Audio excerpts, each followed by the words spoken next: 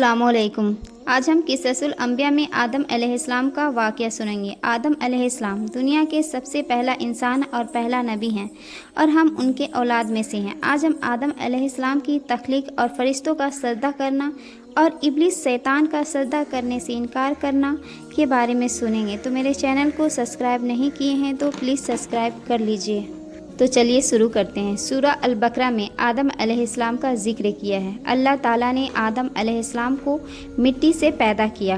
उनका खमीर तैयार होने से पहले ही उसने फरिश्तों को यह खबर दी कि वह बहुत जल्द मिट्टी से एक मखलूक पैदा करने वाला है जो बशर कहलाएगी और ज़मीन में हमारी खिलाफत का सर्फ हासिल करेगी। फरिश्तों ने यह सुनते ही हैरत में रह गए और अल्लाह के दरबार में अर्ज किया, इस हस्ती की पैदाइश की हिकमत यह है कि वह दिन रात तेरी इबादत और तस्बीह में लगे रहे और तेरी तारीफ बयान करे। तो इसके लिए हम हाजिर हैं जो हर लम्हा तेरी हम्द व सना करते हैं और तेरी हुक्म बजा लाते हैं। हमको इस खाकी से फितना फसाद की बू आती है, ऐसा ना कि तेरे ज़मीन में ख़राबी और खुरेजी पैदा कर दे। अल्लाह ने फरमाया, मैं जानता हूँ वह तुम नहीं जानते। फिर अल्लाह ने आदम अलैहिस्सलाम का खमीर मिट्टी से गूंधा गया और ऐसी मिट्टी से गूंधा गया जो नीत नई तब्दील कबूल कर लेने वाली थी। जब यह मिट्टी पक्की ठिकरी की तरह आवाज़ देने लगी और खनखनाने लगी तो अल्लाह ताला ने उस मिट्टी को के पुतले में रूह फूकी और वह एक ही वक्त में गोश्त पोस्त हड्डी पुड्डी का जिंदा इंसान बन गया। इरादा शऊर हिस्से अकल और विजदानी जज्बात और कैफियत का हामिल नज़र आने लगा। तब फरिश्तों को हुक्म हुआ, तुम उसके सजदे में गिर जाओ। फ़ौरन तमाम फरिश्ते ने इरशाद की तामीर की, मगर इब्लिस शैतान ने घमंड और सरकशी के साथ साफ इनकार कर दिया। अल्लाह ताला ने अगरचे गैब का इल्म रखने वाला और दिलों के भेदों तक का जानने वाला है, माजी हाल और मुस्तकबिल सब इसके लिए बराबर हैं, मगर अल्लाह ने उससे इम्तहान व आजमाइश के लिए इब्लिस शैतान से सवाल किया, तुम्हें किसने झुकने से रोका जबकि मैंने हुक्म दिया था। इब्लिस ने जवाब दिया, मैं आदम से बेहतर हूँ, तूने मुझे आग से पैदा किया और इसे मिट्टी से। शैतान का मकसद यह था कि मैं आदम से अफजल हूँ, इसलिए कि अल्लाह ने मुझे आग से पैदा किया है और आग बुलंदी और बदतरी चाहती है और आदम खाकी मखलूक है, भला खाक को आग से क्या निस्बत। मैं तमाम हालतों में आदम से बेहतर हूँ, इसलिए वह मुझे सजदा करे, ना कि मैं उसके सामने सजदा करूँ। मगर बदबख्त शैतान अपने घमंड में चूर होने की वजह से भूल गया कि हम और आदम अल्लाह की ही मखलूक हैं। बहरहाल शैतान का जवाब चूँकि घमंड और गुरूर की हालत पर कायम था, इसलिए अल्लाह ताला ने उस पर वाज़ेह कर दिया। जहालत से पैदा होने वाले घमंड व गुरूर ने तुझको इतना अंधा कर दिया है कि तू अपने पैदा करने वाले के एहतराम से भी मुनक्किर हो गया, इसलिए तुझको जालिम करार दिया और तू अब तक इस सरकशी की वजह से अब तू जन्नत से निकल जा। यही तेरा अमल का कुदरती बदला है। जब अल्लाह ने इब्लिस को जन्नत से निकाल दिया तो वह इब्लिस ने अल्लाह से माफ़ी मांगने के बजाय उसने तकब्बुर और घमंड में चूर होकर और अल्लाह से कहने लगा, जब तो मुझे मरदूद करार कर ही दिया है तो जिस आदम की बदौलत मुझे यह रुसवाई नसीब हुई है, क़यामत के दिन तक मुझे मोहलत दे दे। मैं भी आदम की औलाद की राह मारूंगा और उसके आगे से पीछे से आसपास चारों ओर से उसे गुमराह करूंगा, उसकी अक्स शरीयत को तेरा नाशुक्र बना छोड़ूंगा। अल्लाह ने कहा, मैं तुझे मोहलत देता हूँ, जा जिसे प्यादे चढ़ाना है चढ़ा लिया। बनी आदम मुझसे रूगर्दानी करके तेरी पैरवी करेगा, वह तेरे साथ ही मेरे अजाब का हकदार होगा और सबकी जगह जहन्नम है। अपनी जिल्लत और रुसवाई और ख़राब किस्मत के साथ यहाँ से दूर हो जा। अपने और अपने पैरोकारों की अब्दी लानत और जहन्नम का इंतज़ार कर।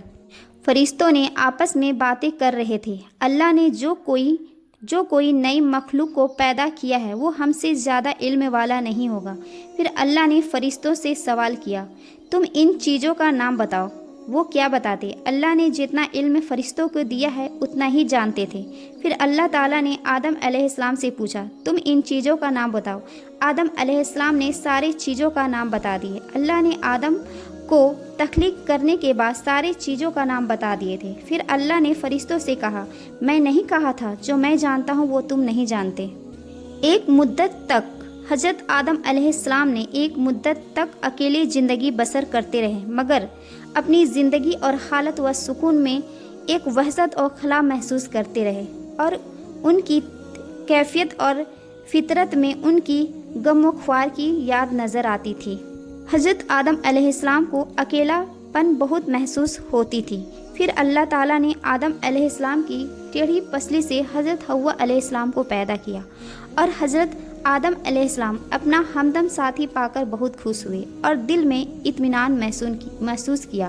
حضرت آدم علیہ السلام حضرت حوا علیہ السلام کی اجازت تھی کہ وہ جنت میں رہے اور اس کی ہر چیز سے فائدہ اٹھائے، اور اللہ تعالیٰ نے ایک پیڑ کے پاس جانے سے انہیں منع فرمایا اور اس کا پھل کھانے سے منع فرمایا۔ اب ابلیس کو ایک موقع ہاتھ آیا اور اس نے حضرت آدم علیہ السلام اور حوا علیہ السلام کے دل میں یہ وسوسہ ڈالنا شروع کر دیا، تمہیں اس پیڑ سے جانے سے اس لیے منع کیا ہے کیونکہ تم اس پیڑ کا پھل کھانے کے بعد جنت میں رہنے والے نہ بن جاؤ، زندہ رہنے والے نہ بن جاؤ۔ میں تمہارا خیر خواہ ہوں، دشمن نہیں۔ پھر حضرت آدم علیہ السلام اور حوا علیہ السلام نے اس پیڑ کا پھل کھا لیے، اور کھاتے ہی وہ برہنہ ہو گئے، ان کے لباس اتر گئے اور اپنے ستر کو چھپانے کے لیے پیڑ کے پتے جوڑ جوڑ کر پہننے لگے۔ ادھر یہ ہو رہا تھا کہ اللہ تعالیٰ کا غضب اترا اور آدم سے کہنے لگے، میں منع نہیں کیا تھا، پھر تم نے میرا حکم کیوں نہیں مانا اور تم نے نافرمانی کی؟ اب تم جنت سے اتر جا، تم اور ابلیس ایک دوسرے کا کھلا دشمن ہو۔ اب تمہارا ٹھکانہ ایک مدت تک زمین میں ہے، ایک مدت تک نفع حاصل کرو۔